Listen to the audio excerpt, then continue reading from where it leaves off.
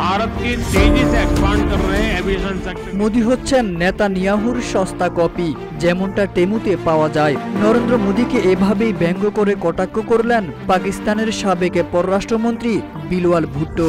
বিলওয়ালের এই মন্তব্য কূটনৈতিক জল আরও ঘোলা করেছে, নতুন করে বিতর্কের ঢেউ তুলেছে উপমহাদেশে। জাতিসংঘ সদর দপ্তরে আয়োজিত এক সংবাদ সম্মেলনে তিনি আরো বলেন, মোদি হচ্ছেন কাশ্মীরের কসাই। তার দাবি, ভারত এখন ইসরায়েলের নেতিবাচক উদাহরণ অনুসরণ করছে এবং দক্ষিণ এশিয়ায় মোদির ভূমিকা নেতানিয়াহুর মতোই দমনমূলক।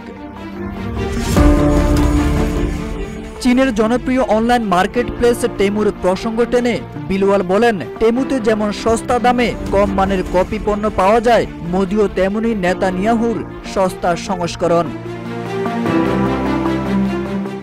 এই মন্তব্যের মাধ্যমে তিনি মোদির শাসন ব্যবস্থাকে ইসরায়েলের দমননীতি অনুসরণের সঙ্গে তুলনা করেন এবং ভারতের বিরুদ্ধে কাশ্মীর সহ সংখ্যালঘু অঞ্চলে মানবাধিকার লঙ্ঘনের অভিযোগ তোলেন।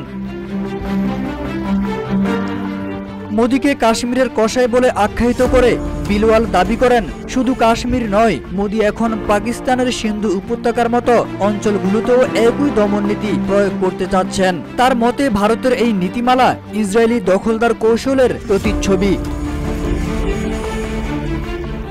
সংবাদ সম্মেলনে বিলওয়াল আরও একটি ব্যতিক্রমী মন্তব্য করেন। তিনি বলেন, ভারতের গোয়েন্দা সংস্থা র এবং পাকিস্তানের ISI যদি একত্রে সন্ত্রাস বিরোধী লড়াইয়ে অংশ নেয়, তাহলে দক্ষিণ এশিয়ায় উল্লেখযোগ্য হারে সন্ত্রাস কমানো সম্ভব। তিনি মনে করেন, রাজনৈতিক সদিচ্ছা থাকলে দুই প্রতিবেশী দেশের মধ্যকার উত্তেজনার বদলে সহযোগিতার সম্পর্ক গড়ে তোলা সম্ভব।